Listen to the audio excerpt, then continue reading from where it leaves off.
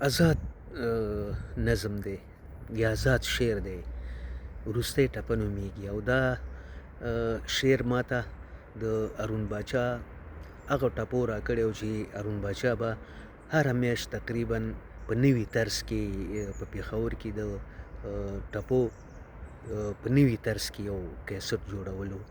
نو یو ځل یې داسې دغه راغله، کیسټ راغله چې انداز یې داسې و چې سا سا سا رے رے رے گا ما دا نی فا او راشای نرانج دی واخلا ندی یاری کوم ندی نخې ګرځومه.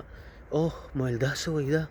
نو داسې په یو شکېدلي کټ کې پروت وم د بم په سر باندې پېښور کې. نو همداسې ورور ته مې غږ وکړو، ما ورته ویل زما کتابچه راوړه، د کټ سر له مې ایښې ده.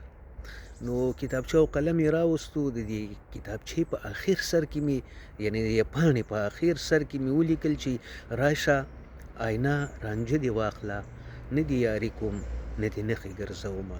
نو دې زړه کې راتېر شو چې زه به دغه ټپه د خپل یو آزاد شعر بنیاد جوړوم. لا دا مشکېدلي کټ نه خوځېدلی نه ومه چې بس وروستی ټپه مې نوم ورکړه. زما د زړه دره کې ستا د یادونو سلی د یو شهید ارمان په څېر ولاړ دی، او ستا د خولې وروستی ټپه په ازانګو اړوي.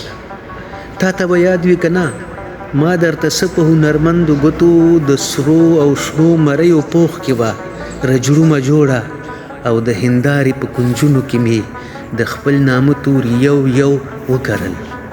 ما وې چې ته کله کجل پورې کې نو په لیمو کې به دې وغړېږم، او که هندارې کې تصویر ته ګورې ستا د تصویر نه به راوټوکېږم.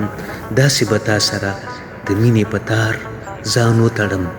خو داسې کله وشو او ما نه کله هېر دي چې په بېنیازه بوږنوونکي غږ دې وویلې راشه آینه رانجه دې واخله نه دې یاري کوم نه دې نښې ګرځومه.